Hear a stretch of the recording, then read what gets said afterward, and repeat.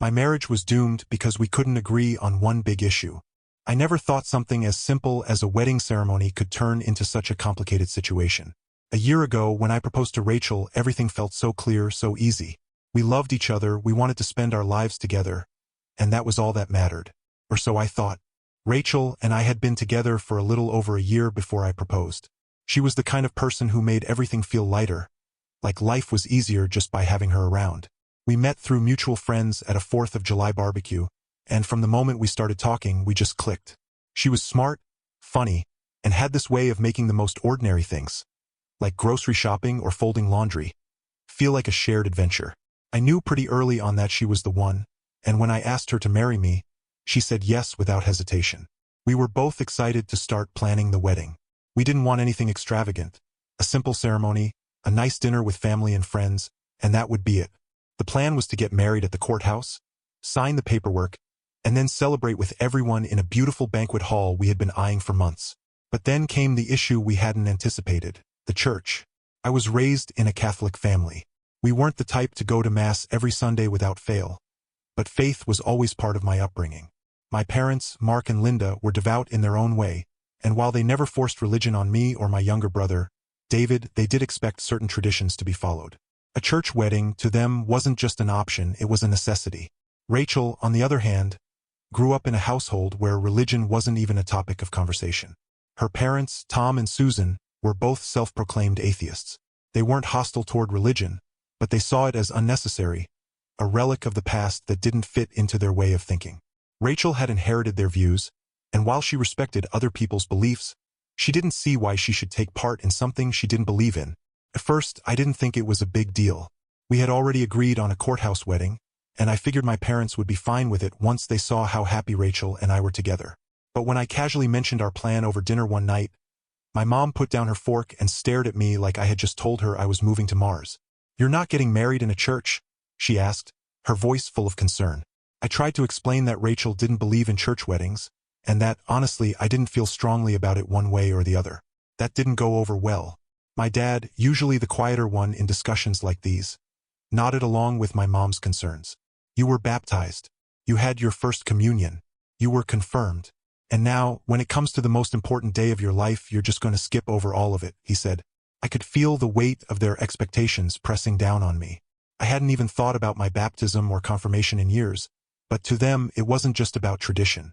It was about family, about values, about faith, even if my own faith had become more of a vague background noise in my life rather than something I actively practiced. When I brought it up to Rachel, she was just as firm in her stance as my parents were in theirs. She didn't want to pretend to believe in something just to make my family happy. "I respect their beliefs, but they need to respect mine too," she said. "I don't want to start our marriage by doing something that goes against everything I stand for." I understood where she was coming from, but I also knew my parents weren't going to just let this go. Every time I saw them, they found a way to bring it up. My mom even started sending me articles about the importance of religious weddings, as if she could convince me with enough reading material. My dad's approach was different. Less talking, more disappointment. He'd shake his head and say, "I just thought you'd want to do this the right way." Meanwhile, Rachel's parents were equally firm in their stance. Tom made a sarcastic comment about how the church was only interested in making money off ceremonies, and Susan rolled her eyes when I told her my parents' concerns. To them, the idea of a religious wedding was outdated, unnecessary. And the more I listened to both sides, the more I felt caught in the middle of a tug-of-war I never signed up for. As the wedding plans moved forward, the tension only grew. We had booked the banquet hall, chosen the menu, and even started looking at honeymoon destinations. But there was still this unresolved issue hanging over our heads. My parents kept pushing for the church, Rachel kept standing her ground, and I was stuck in between, trying to find a way to make both sides happy without sacrificing what Rachel and I wanted for our own wedding. I never thought something as joyful as getting married could turn into such a complicated mess. But here we were, caught between two families who saw the world in completely different ways, and neither side was willing to budge. And with each passing day, I was starting to wonder, was there even a way to make everyone happy? Or was this just the beginning of a bigger problem I hadn't fully realized yet? The weeks leading up to the wedding were supposed to be the happiest, but instead, they were filled with tension. The issue of the church ceremony hadn't gone away, and every conversation about the wedding seemed to circle back to it. My parents, especially my mother, kept bringing it up at every opportunity. They would remind me that a wedding was not just about two people but about two families, and that I had a responsibility to uphold tradition. On the other hand, Rachel and her parents remained firm in their stance. To them, religion was a personal choice, not a requirement. They respected my faith, but they didn't see why they had to partake in something they didn't believe in. I was stuck in the middle. I wanted to respect my parents, but I also wanted Rachel to feel comfortable on our wedding day. Every time we sat down to plan the seating chart, discuss the menu, or finalize the guest list, the tension in the room was almost unbearable. We weren't arguing outright, but there was an unspoken weight pressing down on both of us. Then, something happened that nearly derailed the entire wedding. The reception hall we had booked for the big day called Rachel while she was at work. A pipe had burst in their kitchen overnight, flooding the entire banquet area. Repairs were going to take at least 3 months, and our wedding was less than 4 weeks away. Rachel called me in a panic, and we both rushed to the venue to see the damage for ourselves. The moment we stepped inside, we knew there was no way we could have our wedding there. The floors were ruined, the ceiling panels had collapsed in some areas, and the place smelled like damp wood and mold. It was a disaster. The venue manager was apologetic but had no solutions. They offered us a full refund, but that didn't change the fact that we now had nowhere to hold our reception. When we told our families, the reactions were mixed. Rachel's parents took a practical approach, immediately searching online for other available venues. My parents, however, saw this as a sign. My mother sat down next to me that evening and told me this wouldn't have happened if we had agreed to a church wedding. She said that if we held our ceremony in a church, we could most likely use their banquet hall as well. It was a way to solve 2 problems at once. When I relayed this to Rachel, she was livid. She saw it as a manipulative tactic rather than a solution. That night, we had our first serious fight about the wedding. She accused me of not standing up for her enough, and I felt like she was disregarding my family's values completely. I hated arguing with her, but I also couldn't ignore the growing sense of pressure from my side of the family. Then came the ultimatum. Rachel told me flat out that she wouldn't get married in a church, not even as a compromise. It wasn't just about the ceremony anymore, it was about principle. If we couldn't get married in a way that respected both of our beliefs, then maybe we weren't ready to get married at all. That sentence hit me like a ton of bricks. The thought of not marrying Rachel was unbearable, but I couldn't just dismiss my parents' wishes either. I spent the next couple of days deep in thought, weighing every possible option. Was there a way to make everyone happy? Could I find a way to honor my family's traditions while still respecting Rachel's beliefs? In the end, a compromise presented itself in the most unexpected way. Rachel's father had a close friend who owned a beautiful estate on the outskirts of town. It wasn't a traditional wedding venue, but it had an outdoor space large enough to host our reception. When we visited the place, we both fell in love with it. It had a rustic charm that made it feel warm and welcoming. Best of all, it was available on our wedding date. As for the ceremony, we came to a decision that, while not perfect, was something we could both live with. We would have a civil ceremony at the estate, officiated by a mutual friend who was licensed to perform weddings. Then, separately, I would have a small religious blessing with my family after the wedding day. It wouldn't be a full church ceremony, but it would give my parents something they could hold on to. It wasn't the solution either side had originally wanted, but it was the best way to move forward without resentment. Rachel still wasn't thrilled about my family's insistence on tradition, and my parents weren't entirely satisfied with a non-religious ceremony, but at the end of the day, the most important thing was that Rachel and I were moving forward together. The wedding was back on track, but I knew that navigating life with 2 very different families would always be a balancing act. Still, we had survived this crisis together, and that meant something. If we could overcome this, maybe we really were ready for marriage after all.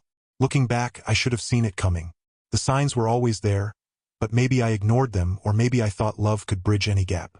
Turns out, love alone isn't enough. Marriage needs a foundation built on more than just feelings. It needs shared values, common ground, and the ability to weather differences without resentment taking root.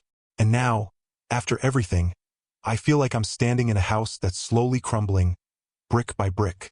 6 months after the wedding, things started to shift in ways I hadn't anticipated. Rachel began to bring up how my family and I had pushed her toward faith and religion. At first, it was subtle, an offhand comment here, a joke there. But over time, it became more pointed. I'd hear things like, "Oh, remember when your parents wouldn't back down about the church? Or, you really won that battle, didn't you?" At first, I brushed it off, thinking it was just her way of processing everything that had happened leading up to the wedding. But then her parents, Tom and Susan, started doing the same thing when they visited. Their jokes were light-hearted on the surface, but they carried a weight that made me uneasy. I didn't understand why this was happening. Before the wedding, even though we had disagreed, I thought we had all reached a mutual understanding and respect. They had reassured me that they saw my faith as a part of who I was, and they wouldn't hold it against me. Now, I wasn't so sure. Rachel's tone carried a bitterness that hadn't been there before, and it felt like a wedge was being driven between us, little by little.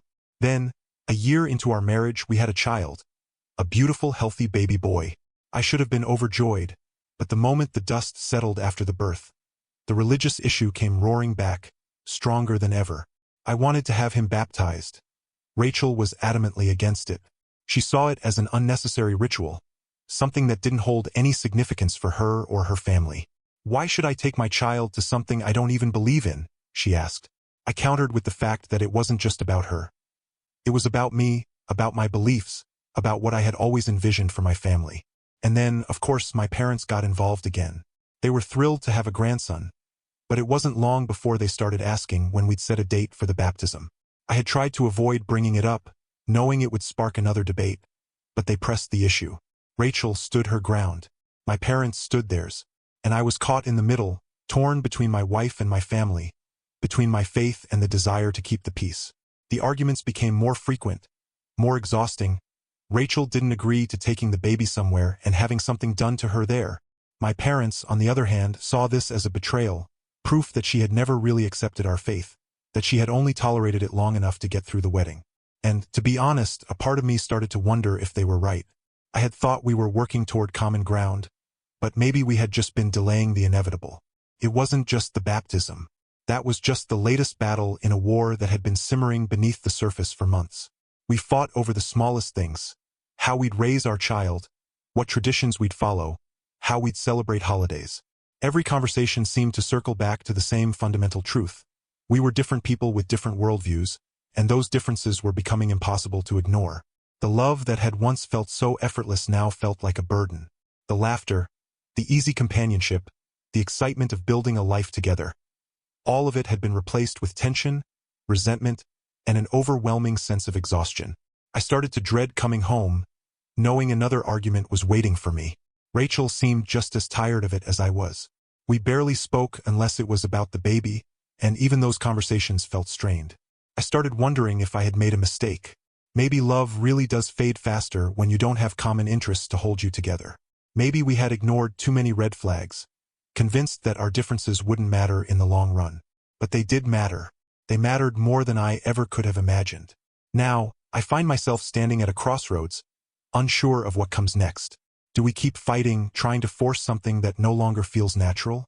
Or do we accept that we may have reached the end of the road? I don't know the answer yet, but I do know this marriage isn't just about love. It's about compatibility, respect, and the ability to navigate life's challenges together. And right now, I'm not sure if Rachel and I have that anymore. Maybe we never did.